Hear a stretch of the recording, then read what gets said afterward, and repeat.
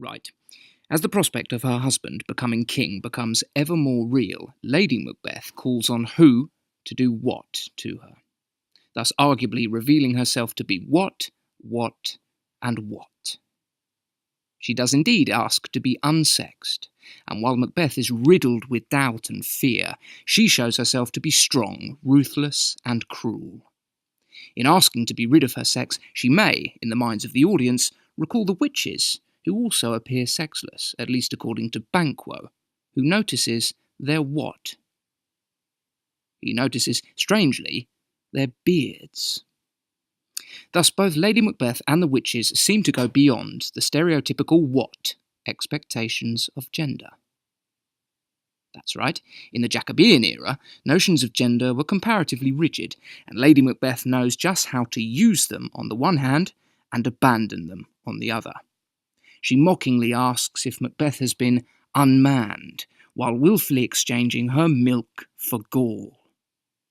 A generic comparison might suggest that a Jacobean audience would likely find Lady Macbeth a what presence, while a modern audience may also see something what in this fearsome wife. Disturbing on the one hand, empowering on the other. Like her husband, Lady Macbeth also repeatedly summons the darkness, and as a result of their actions, darkness envelops the land. But do you know the missing words? That's right, dark night personified as a brutal, deadly force murdering the light. A Jacobean audience may have seen and heard biblical echoes in a line such as this. In murdering Duncan, the divine right is severed, and the light of the Lord seemingly banished. That frail lamp, a modest symbol of what? Up against the darkness of what?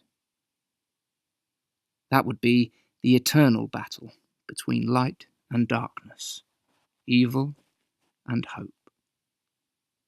And now for a quick imagery recap. What can you recall when you see witches, ribs, shackles, and murderous hands?